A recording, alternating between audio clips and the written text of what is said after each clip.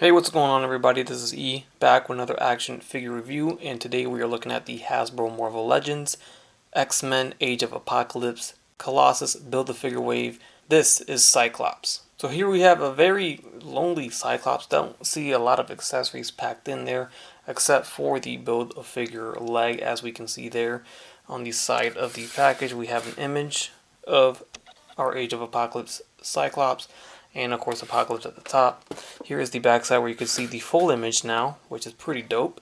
And then we have the rest of the wave down below, which consists of Magneto, Rogue, Cyclops, Sabretooth, Shadowcat, Iceman, and Legion. And of course the Build-A-Figure is Colossus. So the read-up at the top of the package reads, Cyclops helps prisoners escape from Apocalypse's prison camps in an attempt to be a force for good in a harsh dystopian future. So kind of a similar ending to that quote or that read-up compared to Sabretooth there. And let's get right into it. Again, as always, I do recommend you guys hit the links down below in the description so you guys can go ahead and order yourself a set of this wave. Alright guys, so here we have our Cyclops, our Age of Apocalypse Cyclops out of the box. And this figure looks beautiful. As soon as you get him out the box, he looks good. Nice sculpt, nice paint, some details that I never expected to see. So we'll take a look at that when we take a closer look. But with that being said, that's all he comes with. It's the extra details and the nice sculpt on particularly the gold parts of the figure. He doesn't come with accessories, no head swap, no hands, no nothing. That's it, no effects. He just comes with the Build-A-Figure piece, and it's not like it's a big piece either. It's just the left leg here of our Cyclops. I mean, good gosh, of our Colossus Build-A-Figure. So that's it. That's all you're gonna get, and then you get this very awesome Cyclops. All right, so here's our closer look at this brand new head sculpt. Check that out. Very nice. I like how they did this. Got the visor here with the piece on the side as a separate piece. It's not molded onto his face.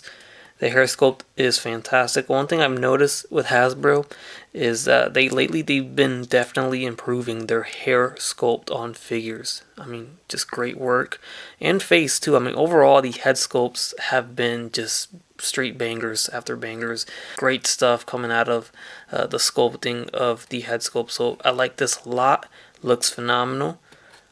Couldn't ask for a better face. I like the expression too. So pretty dope overall. Now going down to the torso, this is the Bucky Cat mold, from torso down to the legs or the feet. But we do get some new arms here. They are pinless, so check that out. And then we have the gold parts here that have some very nice scratches and wear and tear on them. And they painted it. They really added in the details of that gold piece. That armor looks so good like that. I mean, just it looks way better than what it would have if it was not painted like that. So I appreciate that. Hasbro doesn't really do that much, so that's why it got me a little bit off guard when I saw that. And then these elbows over here are also pinless, so that's great. You can see that's a brand new mold too. Going down to the waist here, we got some pouches here down to the back, and that's it. That's really where the detail lies. Of course, everything else is just basic blue for the body, and then the skin tone. But I do like how this came out. It just makes the figure, definitely does it. You can see that the shoulder is skin tone with a molded piece of armor on the shoulder, and then it goes down to just straight up metal. And then the forearm has the blue glove, of course, there. And very well hidden is a double jointed elbow that is pinless there. Very nice. I hope they can make a Winter Soldier arm with this detail in the future. And then also, I will say, I feel like maybe the chest, shoulder area should have been a tad bit bigger. If you look at, comic panels of this Cyclops, he's definitely beefed up a tad bit. So I know they're using the Bucky Cat mold here, so they can't really do that unless they retool it or remold it or just give us a whole new mold or something else. This works, but just nitpicking here, maybe a tad bit larger would have been a little bit more accurate, but again, that's nitpicking. So the head will not really move up. Now, it moves up a tiny bit. And of course, you can use the torso a little bit to have him look up further. It's just going to look like he's just leaning back though. Looking down is also hindered a little bit, but you could still get it, as you see. And then left and right, as you see there. Little bit of a head tilt. Arms will go forward, at least the right arm goes all the way around. And then the left arm will go about this high up. You see there, that shoulder guard kind of gets in the way a little bit. Go back down. They go in and out.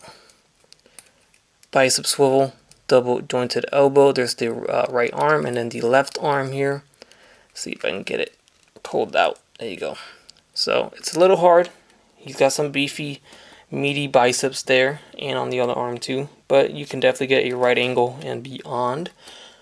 Going down to the wrist, we have a swivel and a hinge. We have an ab crunch, waist swivel. This is our bucky cap, so kicks forward. He goes in and out, almost a full split.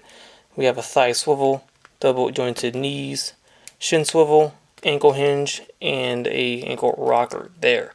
Now, yes, this is bucky cap mold, but I don't mind it. I know a lot of people will. I don't mind it. It looks great on this figure, so I'm okay with it. I'm okay with the pins on the knees. So yeah, I'm cool with it. Just gonna start off with Sabretooth first, just because he is part of this wave, and I've reviewed him already. So you can check out that review if you missed out. But you can just see the size difference here. This is a 6-inch figure on a standard bucky cap mold, and you just see Sabretooth has at least 1.5 to 2 inches on top of our Cyclops here. Alright, next up, I'll get him next to the Nate Gray that came in the Wave 1 of Age of Apocalypse. So, that looks dope. Then here is Sunfire from the Age of Apocalypse Wave 1 as well. Just to get him compared to a couple other Cyclops, here we have our Cyclops next to Cyclops. And of course, our Jim Lee version of Cyclops there. Alright guys, and that is our Age of Apocalypse Cyclops. Now this is a awesome figure. I think Hasbro killed it here. They did a very, very good job with this release. But he is lacking in the accessories, I must say. It leaves me wanting at least one set of swappable hands just so I can get something different. And, you know, just to get a different pose out of him or different options for poses. But other than that, I'd say this is probably one of the stronger releases in this wave. This wave is very strong, though. There's a lot of good figures in this wave. So, overall, so far, I am liking everything that has come out. Or at least from what I've opened so far in this wave.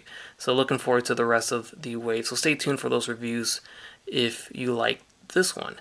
Alright guys, with that said, leave a like on the video, comment down below your thoughts, and subscribe if you haven't done so already, so you can see more reviews in the future, of course. So, as always everyone, take it easy, take care, and have a great day. Bye.